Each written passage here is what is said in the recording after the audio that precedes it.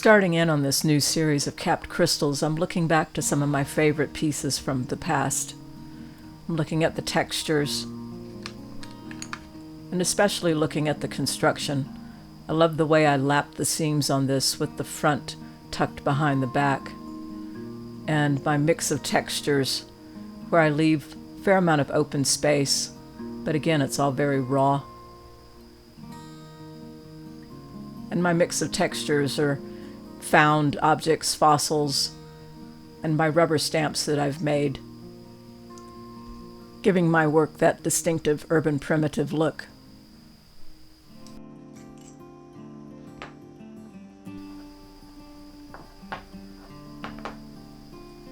The paper clay cores have dried now completely, and to make this easier to use, I have a needle tool that I push down into the center of the core, getting it lined up. Gives it a handle so it's much easier to work with. I spritz the core, the dried core, with some water, and that's going to make it easier. This is just regular PMC3 slip, and I coat the core and the bezel around it. I coat it really well, and that's going to help the clay stick.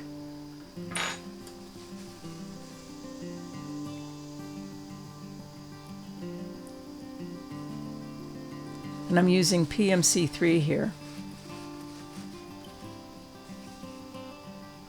I don't measure, I just sort of estimate what I need.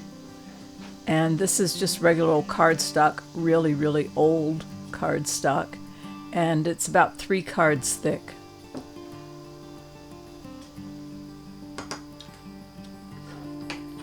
As much as possible, I try not to cut edges. I like the natural look of the edges, and since everything I do is kind of primitive, I want to have that showing up throughout the piece. So I put the front piece on first, and kind of the slip is still damp, so that helps the clay stick to it and hold it in place as I'm working.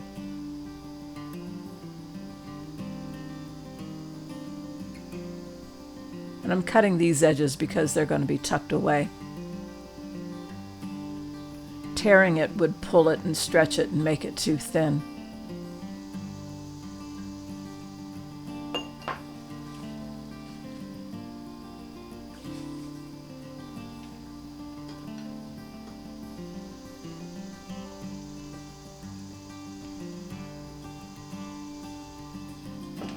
And on this, I'm just trying to get one edge that's natural, and then the other edges are going to be torn and sort of smushed together. Smushing, that's one of my favorite techniques.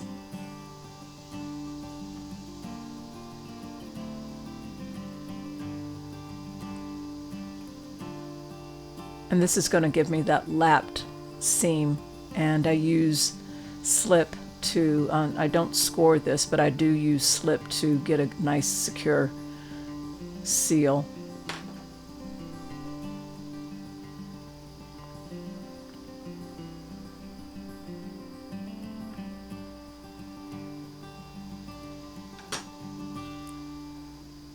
And as much as possible, actually, it is absolutely essential to get all the seams nice and sealed, because it will cause problems down the road when I'm putting the crystals in.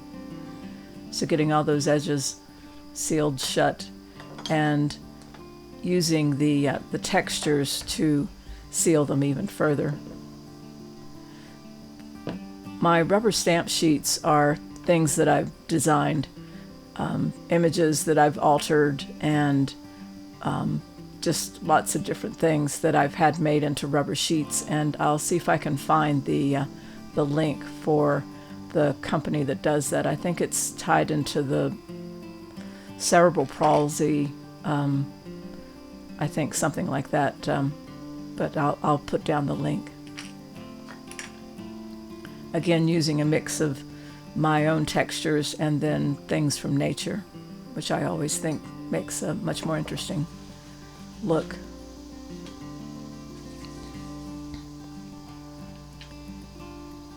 And for the bale, I like those to be pretty rustic, as much sort of cracked, and also I make this pretty thick. I think this works out to be about 10 cards thick. I've got a mix of spacers there.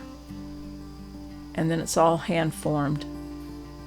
Again, nudging and smushing, my signature techniques.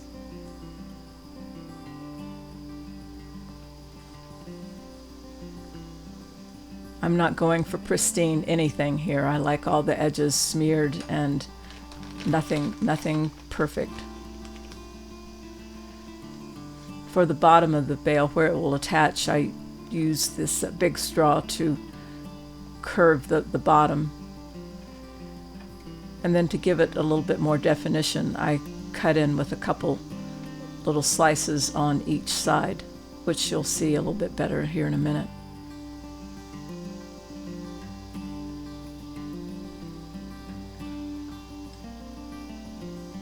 And with the bale, I will score it and use slips, so I want a good secure grip on that bale.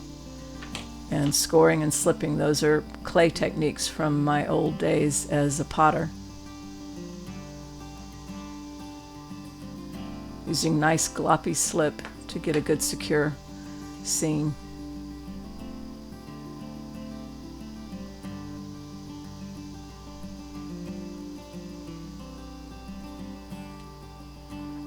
And my favorite tool that came with the original metal clay toolkit 25 years ago.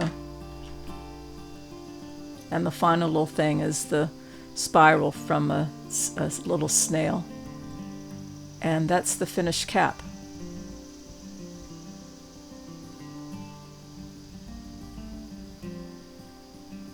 And that's all going to get fired in the kiln to 1650 degrees for 2 hours. And now the caps have all been fired. And sorry, this is a little bit blurry, but there you can see the paper clay is still inside. And I let it soak in water for a bit when I quench everything when they come out of the kiln. And that makes the paper clay just a lot more crumbly and easier to get out. It does take a fair amount of refining to get the edges, to do some filing.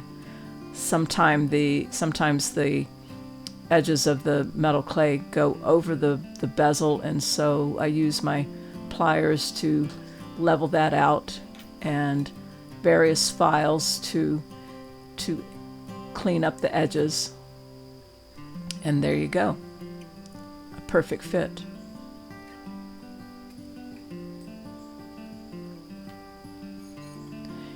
You definitely don't want to do this in your sink. This would clog up your sink for sure. So make sure you're cleaning out the cores that fired up paper clay. Make sure you're doing that in a bowl of water or something.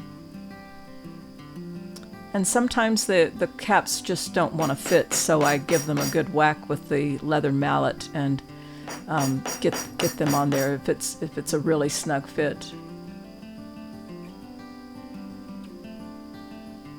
And once again, perfect fit. I do on occasion get little gaps where I've pressed in too much with the texture, or maybe a seam didn't get quite sealed, and so I need to do some repairs. So after the caps have been polished and I run everything through my tumblers, my rotary tumblers with stainless steel shot, then I will use, this is metal clay mixed with lavender oil, and I use that as patch for on the fired pieces. And after they've been tumbled and the insides are all nice and clean now from the tumbling, and the lavender oil with the metal clay sticks really well to the fired pieces. And then I'm going to torch fire them instead of putting them back in the kiln. And that way, once it's been fired and quenched, and I can check and make sure that there are no gaps, because the resin will leak out of any kind of tiny little hole that's there. So once the binder is burned out, then I keep the torch on it for 2 minutes, and the pieces are usually red hot, or they will definitely be red hot.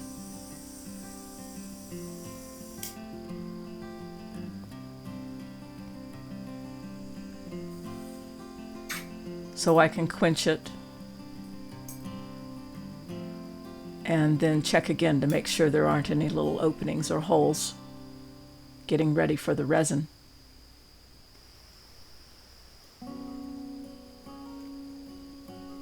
So after everything's been repaired, if needed, I run it through the tumbler again, and I use a patina. I put everything into liver of sulfur and then run it through an abrasive media to get more of a matte finish on things. And I use, for the resin, I use art resin. I used to use ice resin, but I found it was turning yellow, and while the art resin is more expensive, it stays clear. And I use this little piece of a PVC sign for my mixer and for my little spoon to fill the caps with resin. How much resin depends on how much the stone is going to press into the cap. And I have the little bowl there just in case it oozes over the edge. And then I use these wipes, these are alcohol wipes, to clean it up. And then put them in this little case to hold them upside down while they're drying. So again, the caps are now completely finished. So they've been through the tumbler and with the liver of sulfur and the abrasive media, so they have the finish that I want. And this is the finish. This is the final piece of the puzzle here.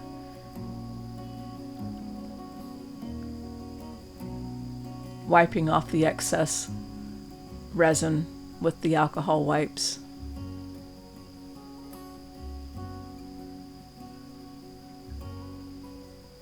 Getting it all off the crystal and off the cap.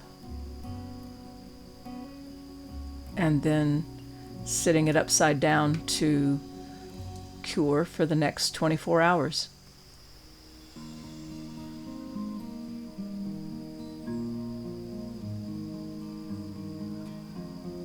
I do love the way they look when they're upside down, resting. And the finished product. My urban primitive look, that's the double crystal that I was working on. And a beautiful imperial topaz with all my mix of textures.